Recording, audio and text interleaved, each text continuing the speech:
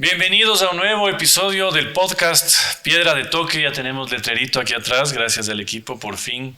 Les falta solo eso para iniciar, como en las películas, las grabaciones, pero estamos aquí de vuelta y vamos a tratar un tema que ha generado mucho interés por podcasts anteriores, y qué mejor que con un experto, Juan Sebastián Landi, que además es host del podcast Bitcoin en español. Lo pueden seguir en YouTube y lo vamos a poner también aquí abajo. Así que bienvenido. Llegaste hace poco a Ecuador y qué gusto estar acá porque queremos tocar un tema, bueno, criptos, por supuesto, esta nueva revolución digital, pero además Bitcoin, ¿no? Que es lo que mucha gente quiere aprender y tú lo conoces al dedillo. Así que bienvenido.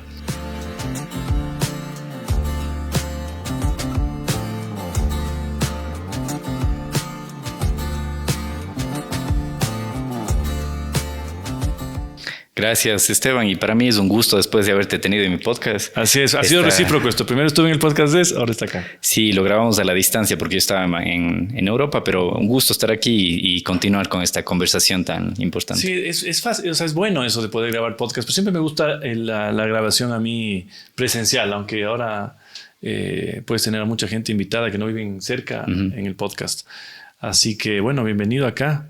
Y te cuento por qué decidí volver a tratar esto, no solo porque estuve en tu podcast y quería tenerte acá, sino porque, curiosamente, estuve en un evento el otro día y muchos jóvenes, yo pensé que me querían preguntar algún tema político o algo, querían hablar de Bitcoin, querían hablar de criptos, y noté que hay demasiada necesidad de conocimiento, de aprender de qué se está hablando o de qué habla el mundo. Y por eso creo que es importante seguir haciendo este contenido, parte de este contenido, para que mucha gente lo vaya conociendo más. ¿Cuándo fue tu primer encuentro con Bitcoin? Bueno, lo que tú mencionas es verdad, el tema de los jóvenes. Ellos ya nacen con un teléfono en la mano, ellos son nativos digitales. Entonces, para ellos el tema de activos digitales no es nada nuevo, es algo del día a día. Exacto. Sí, desde el 2017... es que descubrí Bitcoin porque estaba estudiando un máster en Barcelona y el director de mi proyecto era el director del CAT Salud, se llama allá en Barcelona, como decir aquí el director del IES más o menos. Yeah. Él fue mi director y en ese entonces él nos dijo, chavales, si quieren estudiar algo interesante, estudien blockchain. No mencionó Bitcoin. Entonces, 2017, claro, con todos los trabajos que tenían que hacer de máster y eso, le di una leída rápida a blockchain, que tampoco es así tan fácil de entenderlo, pero entre una de sus primeras aplicaciones ya mencionaba Bitcoin, 2017. Entonces, te hablo de más o menos febrero, marzo del 2017, que Bitcoin estaba en menos de 1,000 euros, más o menos. Y ya sonaba, pero no con la relevancia que tiene ahora, ¿no? Que está en el debate diario de finanzas mundial. O sea. Sí, porque ahora ya hay también países metidos ahí, ETFs y todo eso. Se lo mide como mide, por ejemplo, el precio del petróleo, el indicador del oro, de la plata, está Bitcoin, fijo ahí. Entonces ya es algo de lo que todo el mundo está pendiente en todo momento. Por eso es que incluso en esta nueva guerra, la de Irán, que ese es un episodio específico del que quiero tratar también, sobre todas las implicaciones para países como el Ecuador, que uno a veces cree que no están metidos en nada, pero no sé si escuchaste la noticia de que ciertos iraníes en control del estrecho de Hormuz, ¿Hormuz es? Sí, Hormuz. ¿Está bien? Estaban pidiendo para que pasen los barcos $2 millones en trueque de cosas o en Bitcoin. Sí, lo escuché. Me quedé loco. Sí. Es que claro, es un dinero que no puedes confiscarlo, no puedes controlarlo, porque de otra forma, si ellos pidieran, por ejemplo, un depósito en una cuenta bancaria tal, se puede confiscar. Y además es inmediato. En cuestión de segundos se trasladó de una billetera a otra. No tienes que esperar código SWIFT, días hábiles, nada, funciona siempre. O sea, para que veas. Y además eso ha influido también en el precio del Bitcoin, dicen, estas crisis, esta volatilidad. Pero, ¿qué respalda el Bitcoin? O sea, muchos le decimos es oro digital, es decir, es un activo en el cual puedes guardar parte de tu riqueza para evitar que se diluya, en teoría. Pero, ¿qué respalda el Bitcoin? Es una interesante, muy buena pregunta, porque también me la hacen a mí siempre. Y yo también me lo preguntaba cuando recién empecé en Bitcoin. Pensé que estaba respaldado por un banco o alguna empresa, pero no, Bitcoin está respaldado en energía. Y Y hasta Elon Musk lo ha dicho que Bitcoin es una moneda que está basada en energía y la energía no se puede imprimir ni crear de la nada. Se tiene que generar la energía, entonces toma tiempo, toma recursos, entonces está basado en energía. Por eso es lo que le da valor, porque en cualquier lugar que tengas energía o que puedas aprovechar la energía, sea térmica, eólica, por ejemplo, El Salvador utiliza hasta volcanes. Entonces, están usando energía térmica para geotérmica. Eso. Puedes utilizar Bitcoin. Entonces, Bitcoin está basado en energía. El otro día vi una noticia, me parece que era en Países Bajos, y lo cual es una anécdota curiosa, de un señor que utilizaba los computadores donde mina Bitcoin para mantener a buena temperatura un invernadero de tulipanes. Sí, sí, sí. Porque relacionan mucho siempre a la crisis de los tulipanes, ¿no es cierto? Es un episodio económico que algunos de ustedes lo sabrán. Básicamente fue una fiebre que se dio por algún tiempo en Países Bajos, en donde la gente empezó a vender casas por comprar bulbos de tulipán y evidentemente se perdió. Entonces algunos hacen a veces esa similitud con el Bitcoin, pero tú decías, ¿no? Claro, es de energía. ¿Y qué son los bloques? Porque lo que a veces uno dice, hay mineros de Bitcoin, minaron un bloque, eso te cuesta tanto en energía dependiendo del país en el que estés. Para eso necesitas resolver problemas matemáticos. O sea, ¿qué es un bloque? ¿Cómo se compone el Bitcoin? Por ejemplo, Bitcoin está... Una de las tantas tecnologías que utiliza Bitcoin, aparte de criptografía y todo eso, es lo que se llama blockchain, que en español quiere decir la cadena de bloques. Entonces, un bloque es donde se almacenan todas las transacciones que se generan en Bitcoin cada 10 minutos. Entonces, es más fácil de entenderlo, por ejemplo, como tener un Excel. Entonces, cada 10 minutos, todas las transacciones que se hacen a nivel mundial se anotan en este Excel. Entonces llega a los 10 minutos, se cierra ese Excel y se abre uno nuevo, pero ese nuevo va atado al anterior.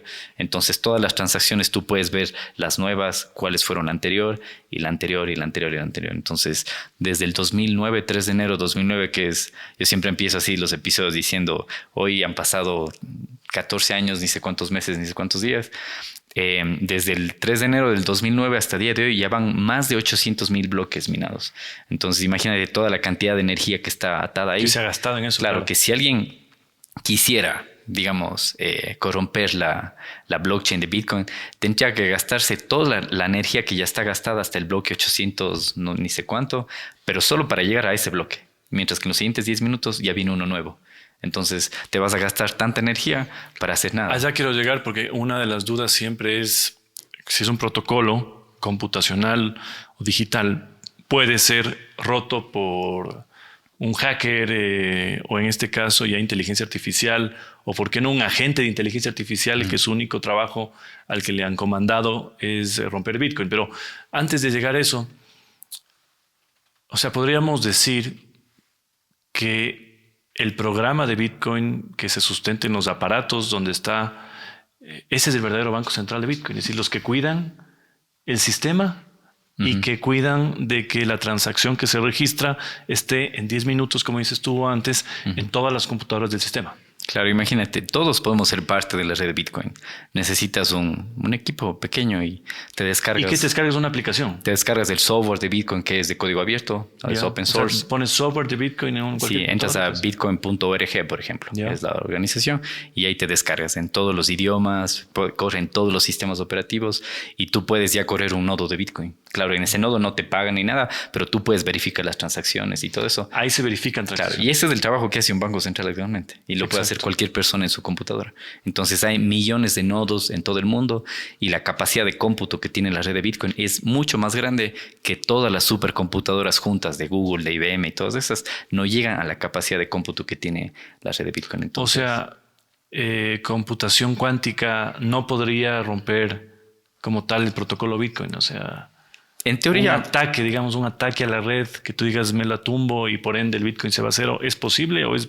En teoría sería posible, pero como es código abierto, entonces cualquier tema de upgrade o actualización que se haga en el software toma minutos y la red lo actualiza. Entonces van arreglando como el antivirus, o sea, vas arreglando una posible falla del sistema hasta que va mejorando el sistema. Sí, incluso hace un par de semanas el software de Bitcoin fue actualizado para un posible ataque cuántico. Entre muchos de los otros beneficios que tuvo la actualización, ya hay un primer paso entre un posible ataque cuántico, pero hasta que no llegue no vamos a saber. Pero si es que algún momento llega a darse eso de ahí, como te digo, se puede actualizar muy rápido, pero lo que menos nos va a preocupar es el tema de Bitcoin, porque Bitcoin, ya digo, tiene la red más segura del mundo, que por ejemplo entrar a tu cuenta bancaria, tienes una clave de 4 dígitos, eso se va a romper mucho más fácil con la computación cuántica que romper. ¿Cuántos hackeos hay ya a bancos, a cuentas?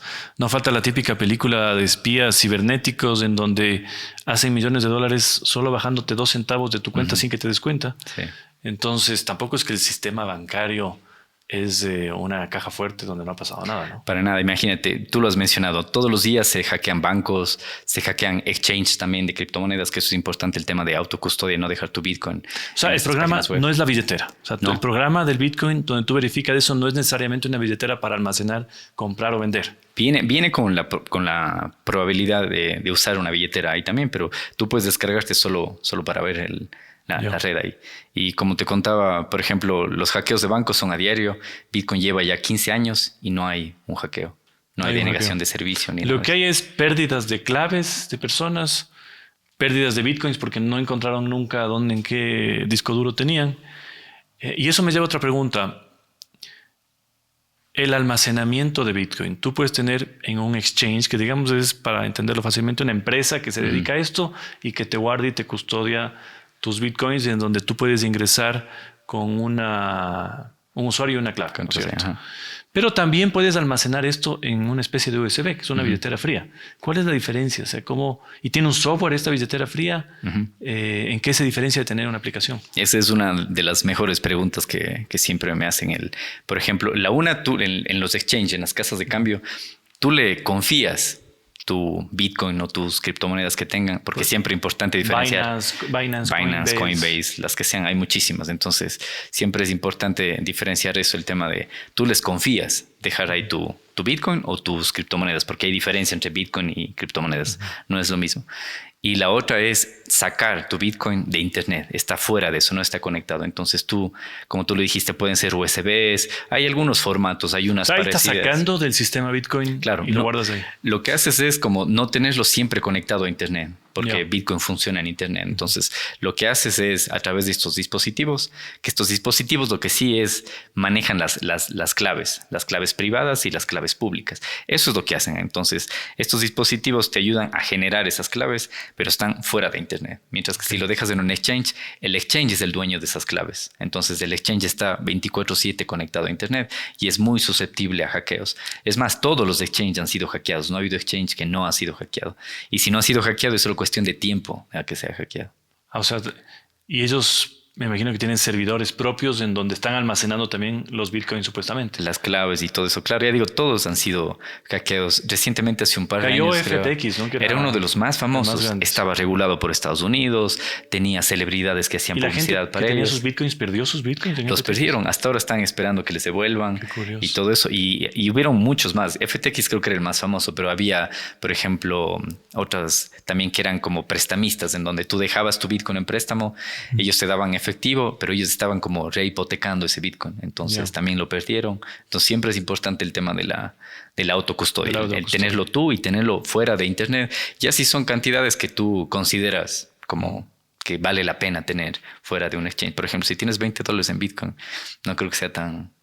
O sea, importante tenerlo fuera de una billetera. Si ya tienes un poco más... Claro, porque las billeteras en sí cuestan... En el mercado ecuatoriano están más o menos en $100, $200, $500. Entonces, y así tienes una capacidad que... Pero si pierdes esta billetera, esta USB, también pierdes todo. No necesariamente, porque como te digo, esto te ayuda a generar las claves, pero una vez generadas las claves, tú las puedes anotar en un papel y lápiz, que sería lo mejor. No guardarlo en tu, no sé, en la nube y eso, porque la nube también es susceptible a hackeos. Entonces, te imaginas un hacker que ingresa a tu carpeta en la nube y ve 12 o 24 palabras, ya va a identificar que es una billetera. Entonces puede acceder a la billetera muy fácil. Y para eso necesitas también el número de la billetera.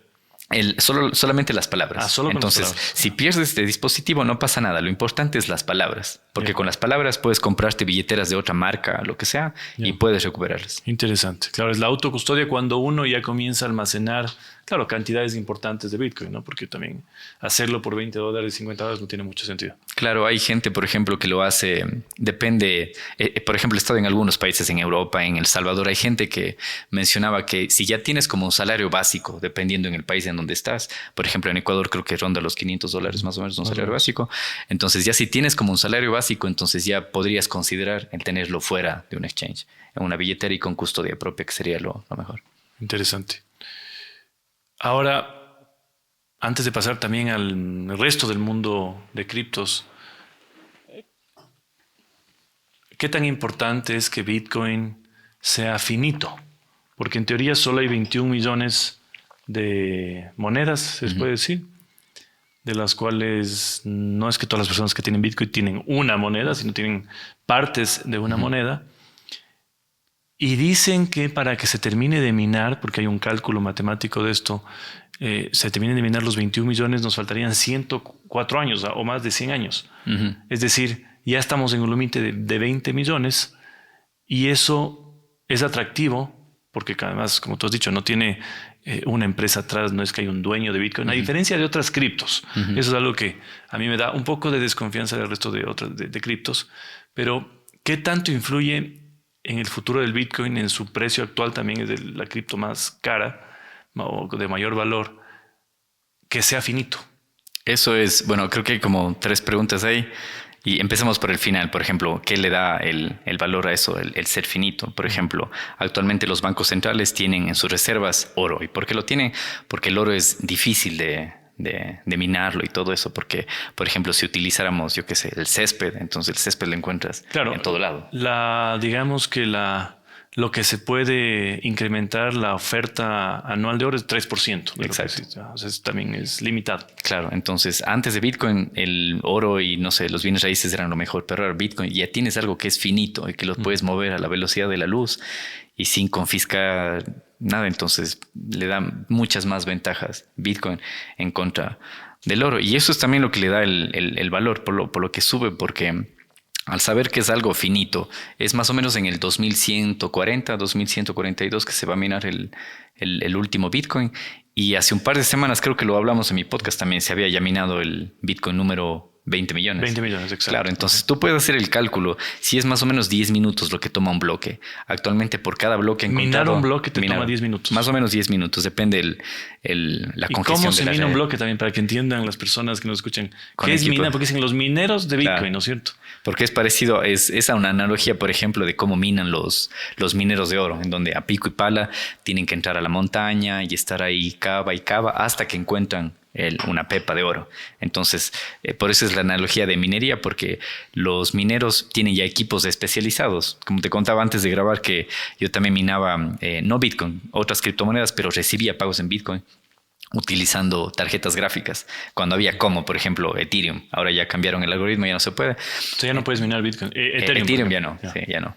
Entonces, pero es la misma analogía en la que tú pones poder de cómputo a encontrar la solución de un algoritmo. Entonces estás ahí, dale y dale y dale, hasta que entre más capacidad de cómputo tengas, tienes más oportunidades de encontrar eso. Pero hay gente que con minores de $100, que son pequeñitos, del tamaño de un iPhone, y lo puedes poner en tu escritorio.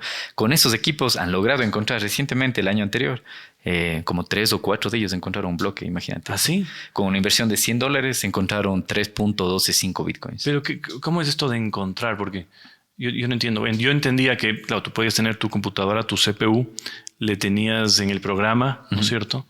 Gastando energía, porque eso es lo caro de minar, es gastando energía eléctrica. ¿Y siempre salía un Bitcoin? Hace años, sí. Hace años era muy fácil. Ya no es, o sea, ahora sí es como encontrar una piedrita, claro, en una cueva. Sí, te contaba curioso. El tema, por ejemplo, la capacidad de la red de Bitcoin ya se mide ahora en petahashes. Es increíble la capacidad que tiene. Es una unidad de medida para el tema de minería. Entonces, es increíble la capacidad de cómputo que tiene. Y en el inicio, por ejemplo, en 2009, cuando recién empezó a funcionar Bitcoin, yo conocía a muchos de estos bitcoiners en eventos en Europa. Entonces ellos contaban que con su laptop, mientras estaban trabajando, estaban corriendo atrás del software de Bitcoin y cada 10 minutos se ganaban 50 bitcoins, 25 bitcoins, así. Porque era muy fácil, porque había muy poca gente en la red. La capacidad de la red era muy poca. Pero ahora como hay empresas, hay países, has visto por ejemplo que hasta los hijos, la familia de Trump. Tienen una empresa en Texas o en American Bitcoin. Que es Sí. American Bitcoin, que solo tienen minería. Equipos. Literal estás buscando una piedrita Sí. valiosa en un mundo más grande. Y por ejemplo, ellos lo hacen. Hay algunos exploradores de bloques, se llama en Internet. Por ejemplo, uno de ellos es Mempool, donde puedes ingresar y ves en forma gráfica cada 10 minutos quién encontró el bloque. Entonces hay empresas que ya tienen registrada su dirección y te sale, por ejemplo, Binance encontró este bloque hace 10 minutos. Y hace 20 minutos encontró, por ejemplo, Mara, que es otra empresa minera de Estados Unidos. Y así vas viendo y ocasionalmente te encuentras bloques que no tienen nombre. Y esos son, por ejemplo, mineros que lo hicieron en casa, sea con estos equipos pequeñitos o alguien que no tiene registrado su nombre de qué empresa es, digamos, la dirección Bitcoin a donde recibe esos 3.12 y lo encuentran. Y minar es básicamente resolver problemas matemáticos hasta que tengas, bueno, la respuesta y por ende tienes el Bitcoin, ¿no es cierto? Claro, mira, he visto, por ejemplo, aquí había el tema de lotería y esas cosas. Entonces, para atinarle a la lotería tienes que atinarle como a 6 números más o menos, ¿no? Sí. Entonces, hay muchas probabilidades que si ponemos a todos en una habitación y decimos, ok, el número ganador va a ser este. Y todos tienen que a mano ir adivinando un número, les va a tomar tiempo hasta que alguien llegue a ese de ahí.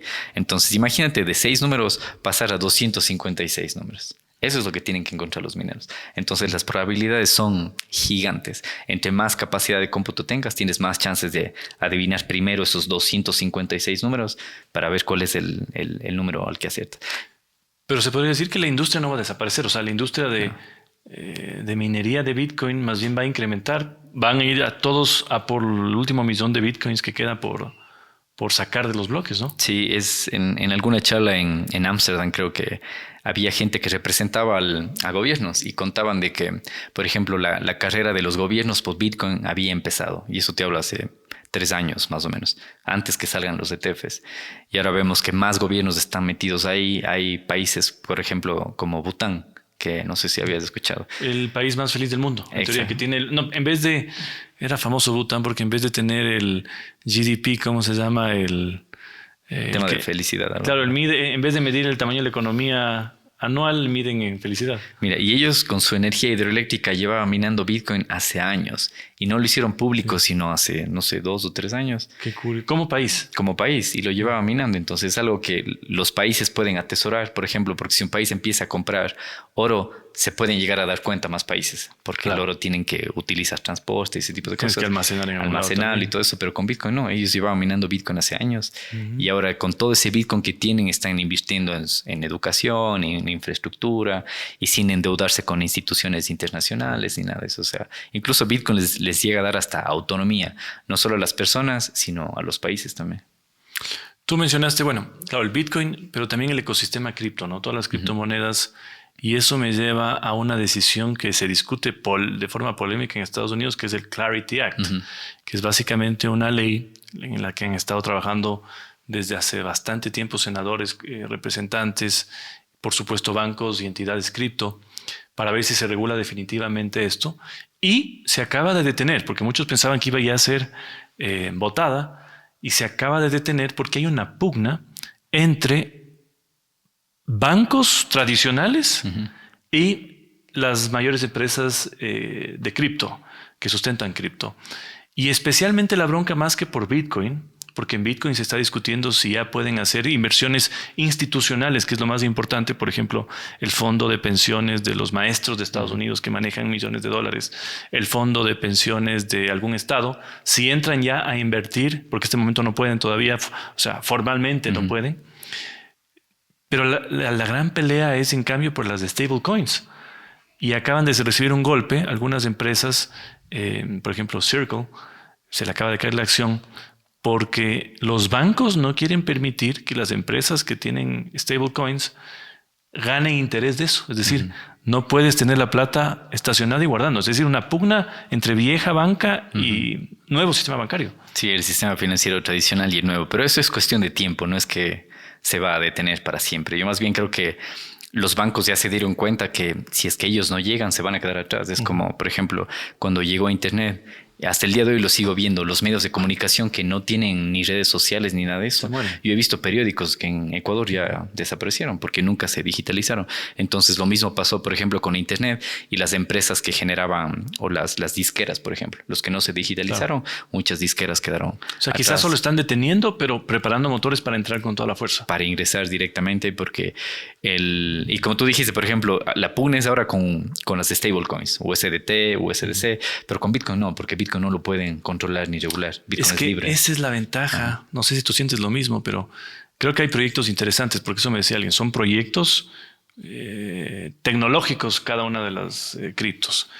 Pero la ventaja de Bitcoin, a diferencia de las demás, es que no hay un dueño, no hay una empresa que esté atrás, no hay influencers pagados, porque eso también he detectado mucho, tanto ruido que te generan en redes. Y te das cuenta que son influencers pagados por una moneda específica para generar ruido. Va a subir para que la gente compre. Entonces, Bitcoin está contaminado por eso. Pero hay proyectos interesantes también. O sea, no se puede descartar todo. Por ejemplo, tú mencionaste ya Ethereum.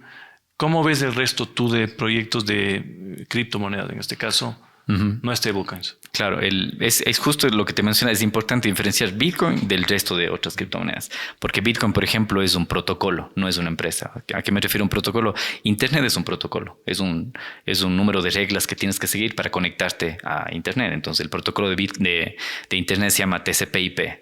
El protocolo Bitcoin se llama Bitcoin y una de sus primeras aplicaciones como protocolo es la moneda Bitcoin, pero de ahí puedes hacer muchas cosas más en el protocolo de Bitcoin.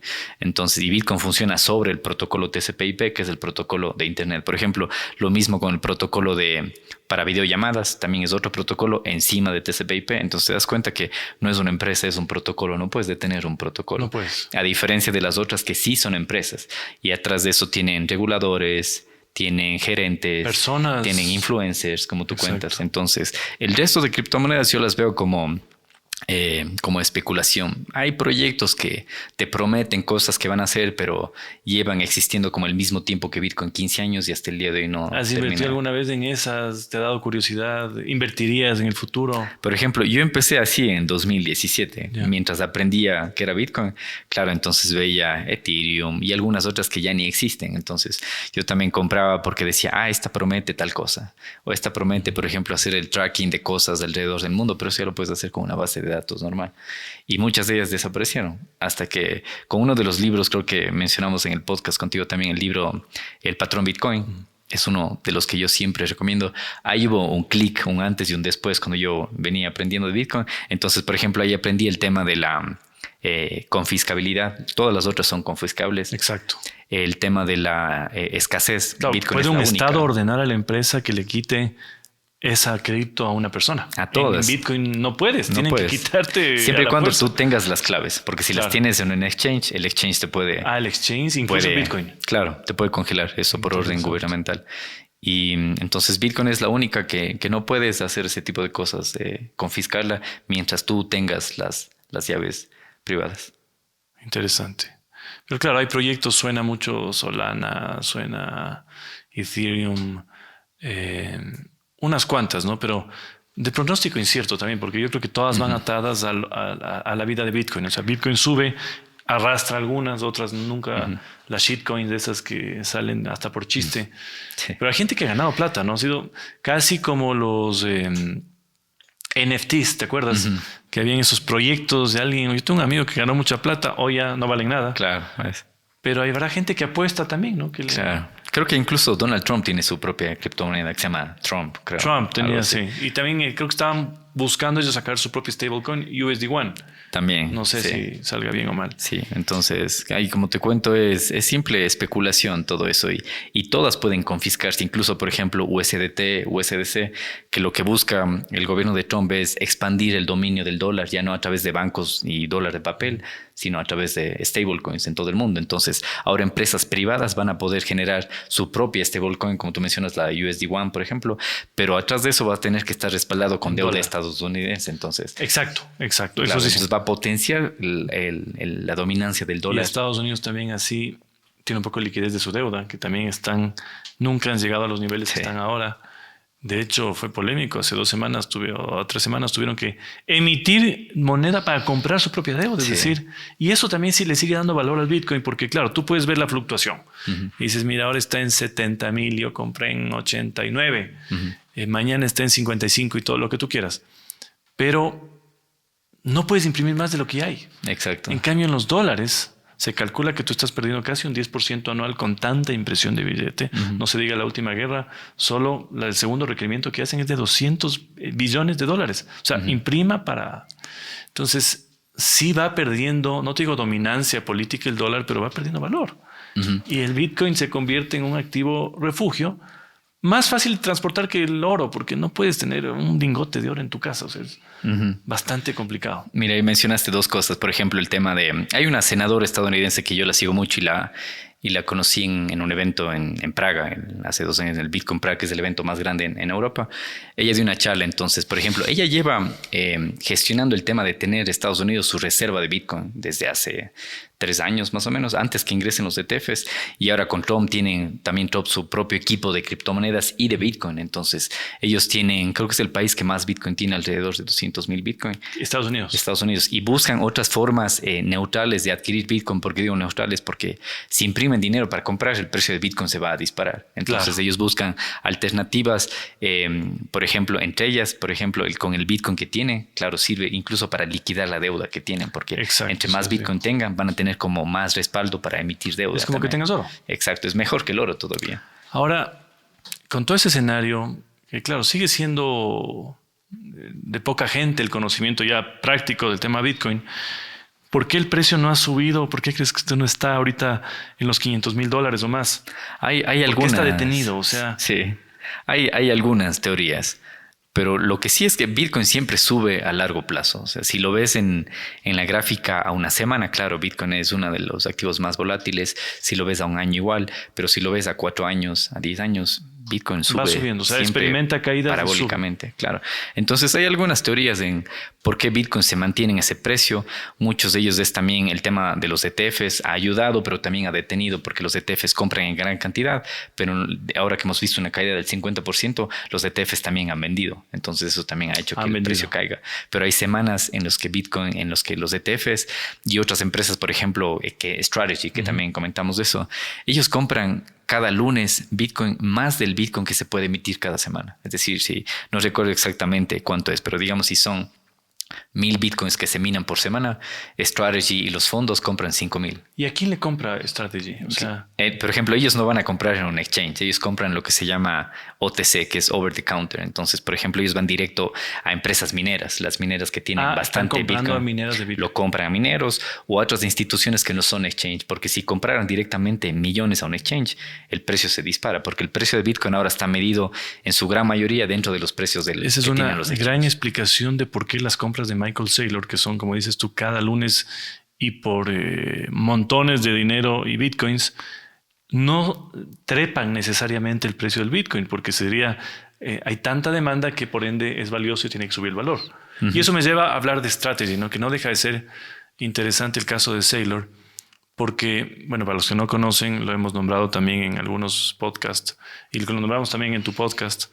Michael Saylor es un señor que tenía una empresa de software a nivel de Microsoft y todo, obviamente no con esos indicadores, pero bastante grande, que en un momento dado tenía tanto dinero en efectivo que dijo, estoy perdiendo mi plata al tener la plata en el banco, porque no me produce nada y más bien se devalúa. Y ahí empieza a comprar Bitcoin. Pero ahora acaba, y su empresa, digamos, se ha convertido ya en un tesoro de Bitcoin, pero acaba de sacar un producto súper interesante que está volando a la cabeza a todo el mundo, que es una especie de acción con un precio estable de $100, se lo logra mantener en $100 moviendo, qué sé yo, algún cálculo, con la cual está pagando el 11% más o menos anual fijo y deposita ese 11% mensualizado y se está convirtiendo en una aspiradora de liquidez, con lo cual sigue comprando más Bitcoin. O sea, es un producto revolucionario. Y tú comparas, por ejemplo, no se diga en Estados Unidos, pero ¿cuánto te da un banco por tener tu plata en una póliza, hoy que se han caído las tasas de interés, nos llegas al 3-4%. En Estados Unidos ni se diga, y el tipo te está dando el 11%. Entonces ya veo unos cuantos tuiteros, aunque siempre hay que manejar con cautela el ruido, dice, oiga, trabaje para comprar esa acción y es como tener un fondo que te rinde. Sí, sí, justo yo conocí a Michael Saylor en Praga, en Bitcoin Prague. Y de una charla increíble, porque él es un, o sea, es un muy buen orador. Naranja. Claro, es un muy buen orador y todo. Entonces él explica muy bien el tema de Bitcoin y lo hace con dibujitos y todo. Es súper bien como él lo explica.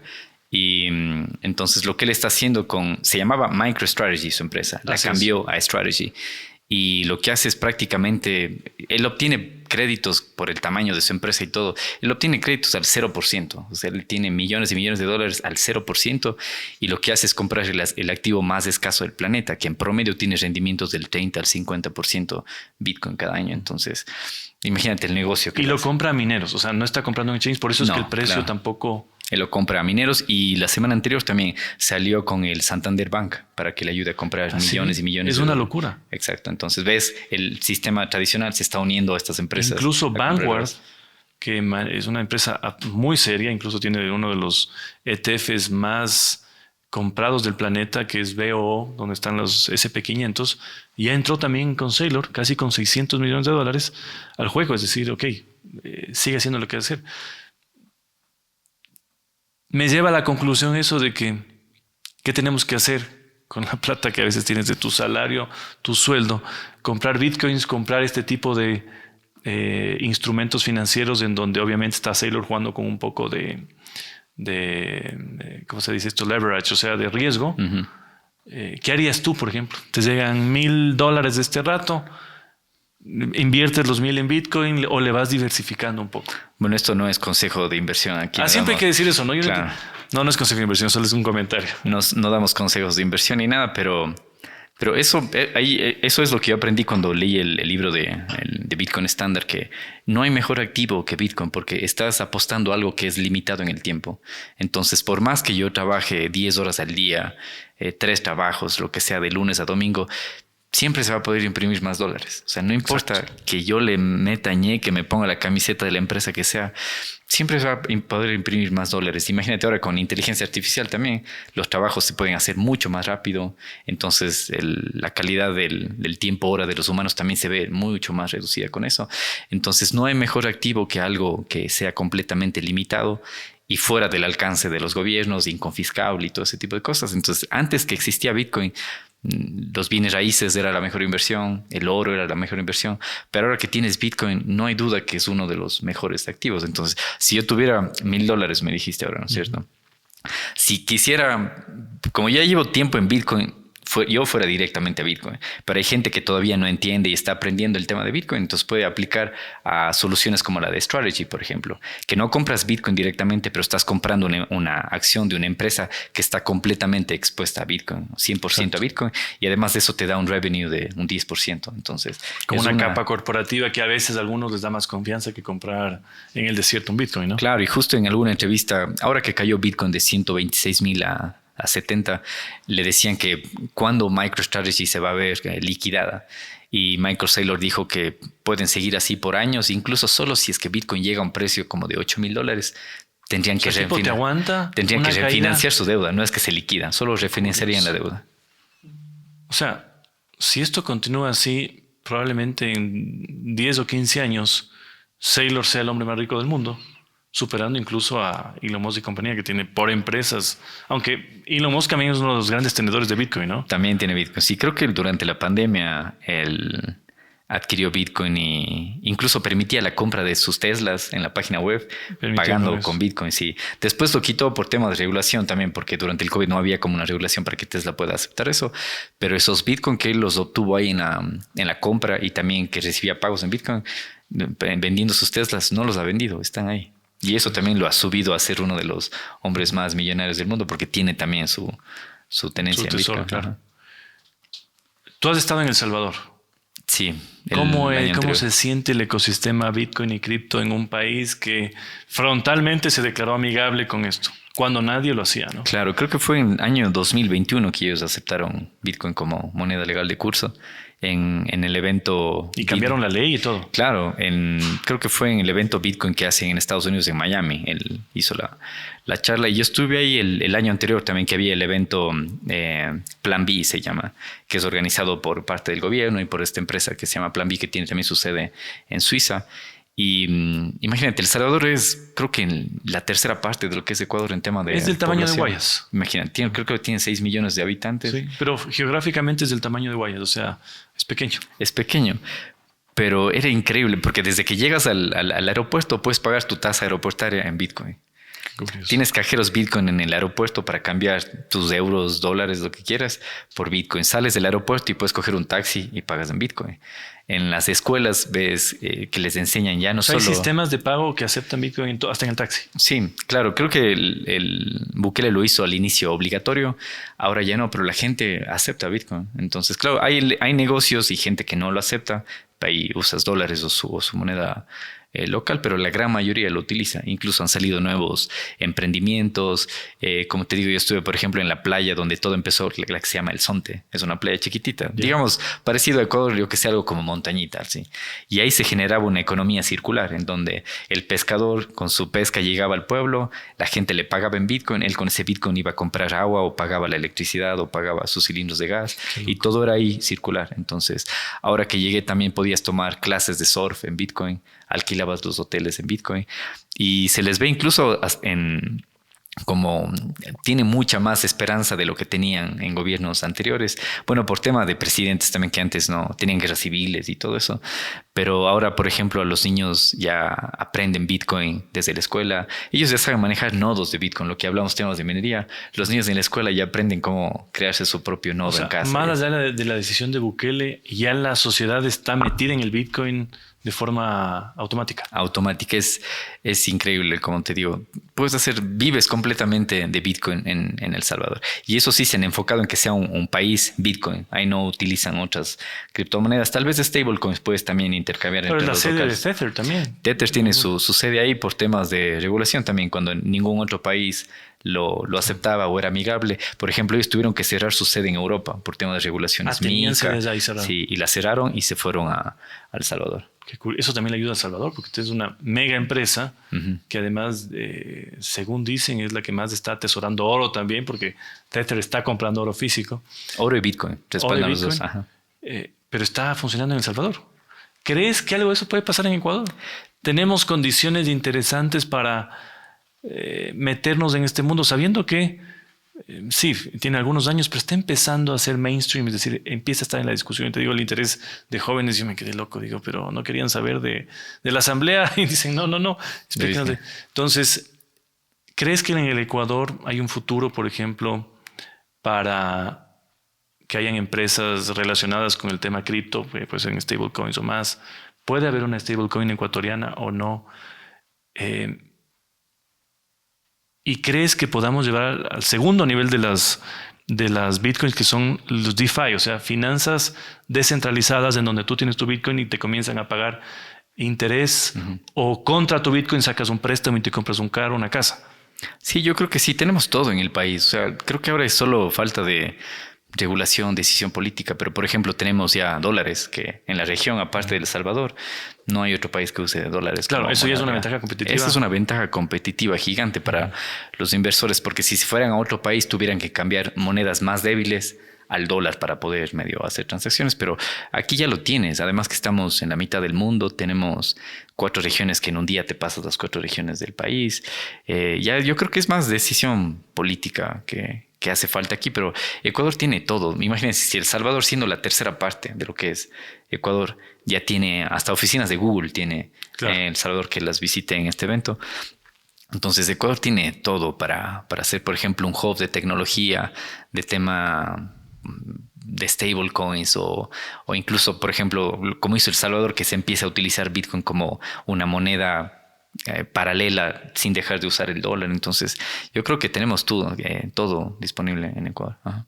Sí, a ver, pausa comercial por si acaso. Quiero hacer no se olviden de Sixe. ¿Qué es esto? Siempre me equivoco. Cerámica artesanal que hace mi mamá y mi hermana. Así que pondrán ustedes el banner ahí abajo. Sí. Así que y van a sacar un catálogo interesantísimo a finales de año, así que no se pierdan. Así que como hablamos de Bitcoin, pero también hay cerámica artesanal hecha con las manos. ¿A quién le lees tú? O sea, tú estás en el mundo cripto, Bitcoin hace algún tiempo. ¿Cómo guías tu toma de decisiones? O sea, ¿a quién tú respetas en el ecosistema y le lees o le escuchas? Bueno, como yo tengo background técnico, o sea, soy ingeniero en software, estudio maestría. A ti te apasiona porque es un tema software esto, básicamente. Claro, yo entré por ahí. O sea, todos entramos más que todo por el tema especulativo de, compro Bitcoin y sube de precio y todo eso. Pero lo que más me enganchó es el tema de que es un protocolo de software, es dinero que puedes programar.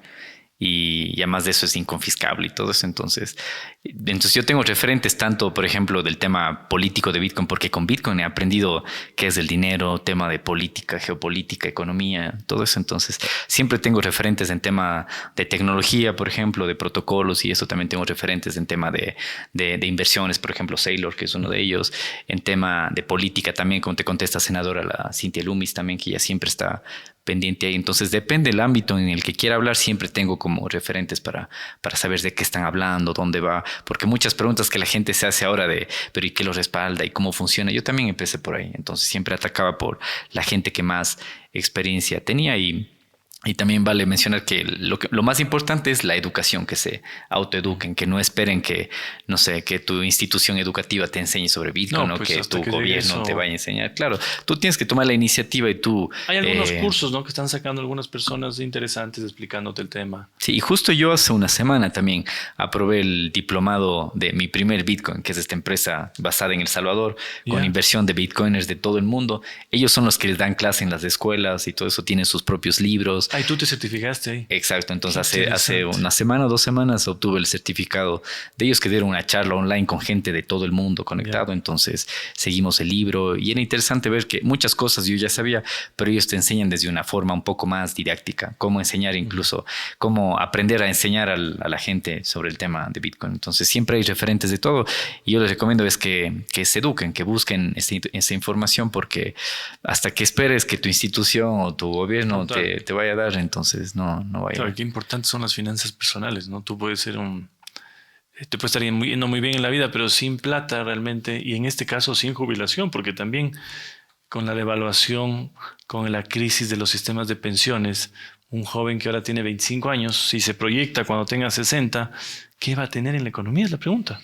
Yo he visto eso ahora y si compraste un poquito de Bitcoin y se revaloriza, quizás ahí está tu jubilación, claro. ¿Jubilación? Eso te iba a contar, que yo he visto en España, por ejemplo, que si bien puede ser que económicamente esté mejor que Ecuador, pero también tiene muchos problemas sociales, temas de pensiones y todo eso. Gran parte del PIB del gobierno se va solo en pagar pensiones. Entonces, los que estamos aportando en la seguridad social y los más jóvenes, yo he visto también que ellos buscan ya alternativas para no depender de un gobierno ni de una jubilación. Y muchos de ellos llegan, como tú mencionaste en la asamblea que te han preguntado los jóvenes, ellos llegan ya al tema de activos digitales. Entonces lo ven, por ejemplo, como nuestros papás tuvieron la oportunidad de, no sé, comprar bienes raíces o terrenos como a buen precio, y claro, tuvieron que esperar 10 años, 20 años. Pues ahora compro una casa o un terreno, pues en algún lado es carísimo. Ya, entonces los jóvenes tenemos esa ventaja de que estamos ingresando a la época de los terrenos y de los bienes raíces,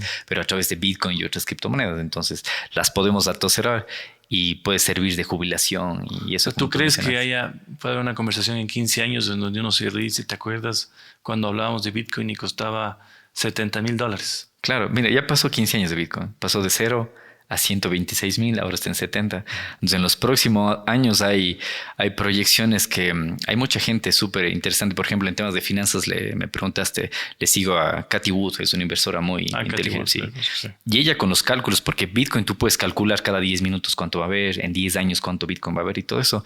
Ella calcula que con la proyección de aquí al 2030 nomás, es decir, en 4 años, en 2030, con la capacidad de la producción de Bitcoin que hay en la red y con la cantidad de fondos de inversión que están llegando a nivel mundial, porque dicen, no es que va de aquí a menos, va a haber de aquí a más fondos de inversión. Ella calcula que, siendo pesimista, Bitcoin debería llegar a $500,000. Tiene su escenario pesimista, el escenario normal y el escenario bullish o muy optimista. Entonces, en el pesimista dice, siendo pesimista debería llegar a $500,000, siendo una predicción normal debería llegar a $1,000,000 y siendo mucho más optimista debería llegar entre $3 a $5,000,000. En el 2030. Es decir, en 4 años. Eso significará que en 4 años o 5 años, cuando tú quieras hacer una inversión, vas a estar comprando partes de un Bitcoin, pero de un Bitcoin que no vale 70, sino que va a valer mucho más. 1,000,000, claro. Eso se llama satoshis, si has visto los decimales de Bitcoin. Claro, que puedes dividirlos hasta 8 decimales. Por ejemplo, el dólar actual podemos dividirlo a 2 decimales. ¿Ya? Bitcoin hasta 8 decimales. Entonces, todos esos decimales se llaman satoshis. Entonces, tú puedes comprar, depende a dónde vayas, a los cajeros, entre amigos, lo que sea, puedes comprar $10, $20 de Bitcoin y tienes esas fracciones, se llaman satoshis. O sea, por ejemplo, si tienes 0,1 Bitcoin, ¿eso qué es? ¿Un Satoshi? No, serían 1,000,000 de satoshis. 0.1, claro, es 1,000,000 de satoshis, porque es 1 y más 7 ceros para allá, que son 8 decimales. Y tener actualmente, o sea, si llegas a lograr tener .1 Bitcoin, imagínate lo que sería en 2030 si es que llega a $1,000,000. O sea, tuvieras $100,000. Lo que actualmente te cuesta .1 te cuesta $7,000. Más o menos, exacto. Ajá. Porque está más o menos a $70,000. Y justo Cathie Wood menciona, y otros analistas, de que como Bitcoin ya está en 70,000, es muy difícil comprar un Bitcoin para una persona. Entonces dice, tu objetivo ya no, si es que puedes un Bitcoin, perfecto, pero si no, apunta a comprar .1. Dice, porque .1 en 4 años va a ser 100,000, porque Bitcoin llegaría a 1,000,000. En 4 años, pero si estás calculando a 10, a mucho más largo a 30, plazo, claro, puedes estar realmente sosteniendo una jubilación con un 0,1 Bitcoin. con un .01 Bitcoin, claro. Yo también leí eso, ¿no? Decía, ahora concéntrense en tener 0,1 Bitcoin y esa es la forma, holdeando, ¿no? El hodl, sí. ¿Tú has hecho trading alguna vez? Claro, como te digo, casi todos creo que empezamos por tema de especulativo, entonces yo también, pero el trading te quita muchas horas de vida, porque yo era de estar siempre pegado a la pantalla y compra hoy, vende una hora, sí. Claro, sí, yo también me empecé, sí, pero ahora ya no, ya desde 2018, 2019. Más compras y holdeas, digamos. Eso es, comprar, holdear y guardarlo, o sea, y no estar ni pendiente del precio ni de eso, porque hay lo que se llama DCA, no sé si has visto el Dollar Cost Average, que es como hacer compras recurrentes de Bitcoin, yo que sé, a fin de mes, o sea, te sobra $50, $100. Entonces, cada mes siempre compras Bitcoin y lo guardas. Es lo que se llama el DCA, el Dollar Cost Average. Entonces, después, yo que sé, de 2 años, 3 años, el precio de Bitcoin vas a tener como un promedio al que compraste. Entonces, no importa si llegó a 126,000, después cayó a 70, después lo compraste en 90 y todas esas cosas. Promediaste el precio. Promediaste el precio de Bitcoin. Y, por ejemplo, a mí también me pasaba cuando recién empezaba ahí, siempre esperando el día perfecto como para comprar en 7,850 y ahora te da igual, Bitcoin está a 70,000. Te da igual si hayas comprado a 7,850 o a 7,900 o a 8,000. Te da igual porque ya está en 70,000.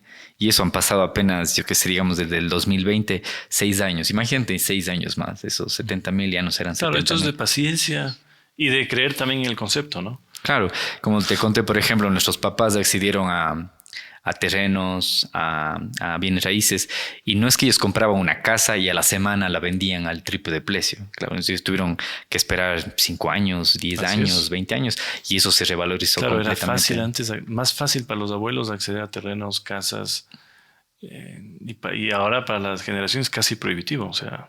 Y mucho tiene que ver con el tema de inflación. Eso también lo aprendí muchísimo. Los salarios obviamente no logran llegar a la inflación que han experimentado las propiedades. Sí, es un mundo nuevo, hay que adaptarse. Por eso el Bitcoin es algo nuevo también en lo que se puede aprovechar. Preguntas finales. ¿Tienes hijos tú? No, todavía no. Si tuvieras un hijo, de dejar a uno un Bitcoin cada uno. ¿Qué harías para proteger su futuro, jubilación o edad intermedia? O sea, dejarles Bitcoin. No hay nada mejor. O sea, mira, yo viajo mucho. He tenido la oportunidad de conocer como 37 países y lo que me gusta es la libertad que te da Bitcoin, porque no dependes de un banco. Imagínate tener toda tu riqueza en un país, por ejemplo, y te vas a un viaje por Sudáfrica y se bloquea tu banco. ¿Qué haces?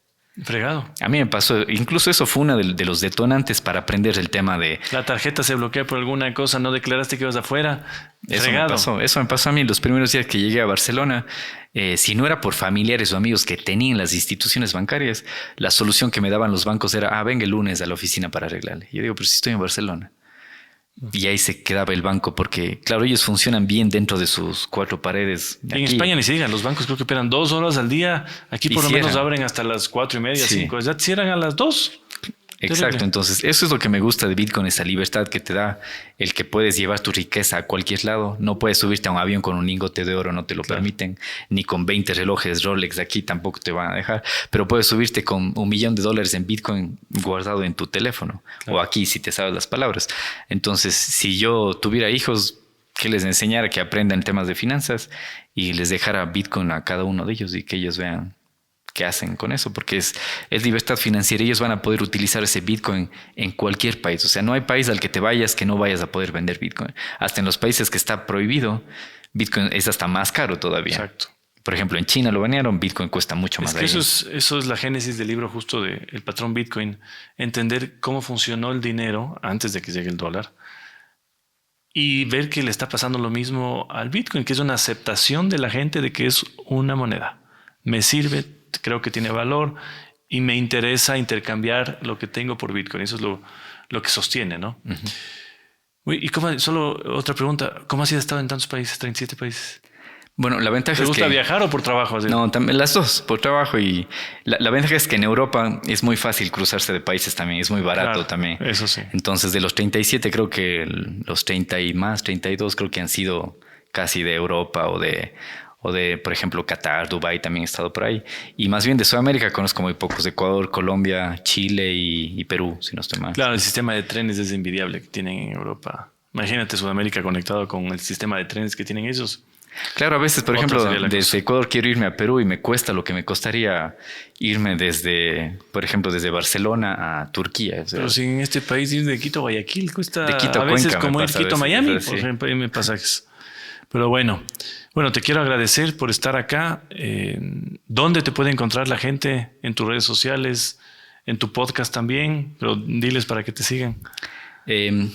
Antes que nada, muchas gracias por la invitación. Para mí es un gusto estar aquí y enseñarles de esto, que parece que en Ecuador cada vez que menciono Bitcoin todavía se asustan, lo ven como... Pero va creciendo. Una estafa y todo eso, mientras que, por ejemplo, en Europa pues ya compraste un café con Bitcoin. Es algo muy normal. Las aplicaciones bancarias en España, ya puedes, abres tu aplicación bancaria y ya puedes comprar Bitcoin desde la aplicación bancaria. Ya puedes eso. Ya puedes, sí, ya lo puedes hacer. Así curioso. que eso va a llegar acá, puede tomar más o menos tiempo, pero lo que yo les digo es que aprendan. Y por ejemplo, a mí me pueden encontrar en el podcast en Bitcoin y criptos en español, está en todas las plataformas, y también en X es donde siempre estoy activo publicando temas de Bitcoin, entrevistas y todo eso. Me encuentran como @jlandi con Y, @jlandir. Entonces ahí me pueden encontrar. Muy bien, así que gracias, ya saben, suscríbanse, den like, compartan esto, manden al amigo que preguntó por Bitcoin en la clase y no dejen de leer y prepararse. Así que nos vemos hasta una próxima. Saludos.